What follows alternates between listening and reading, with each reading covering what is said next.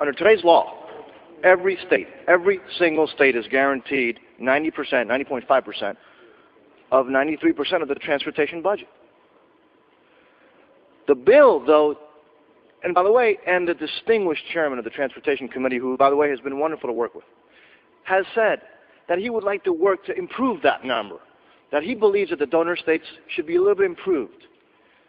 But the problem is that the bill that is in front of us today doesn't improve it, it makes it worse. It's no longer like current law that every state will get 93% of the transportation budget. No, every state goes down to 90% of 84% of the entire budget. I'm not the smartest guy in the world. But nobody can tell me that 90% of 93 is worse than 90% of 84. Not even in Washington can you make those numbers make sense. So this is a reality.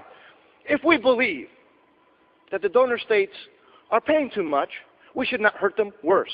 Now let's be very clear about what the amendment does. The amendment doesn't do what all of us would want to do, make it better for the donor states.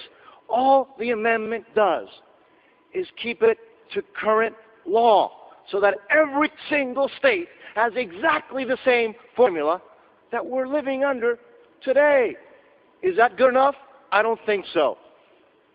But please, what makes no sense is to hurt every single donor state to provide projects that we keep hearing about of national significance that are not in the bill. It's a theory. It's not real. Those projects are not in the bill. So we don't know what we're buying, but every single donor state knows what it's losing. That is not fair. I yield back the remaining part of my time. Gentleman yields back. Gentleman from Illinois. I'd like to inquire.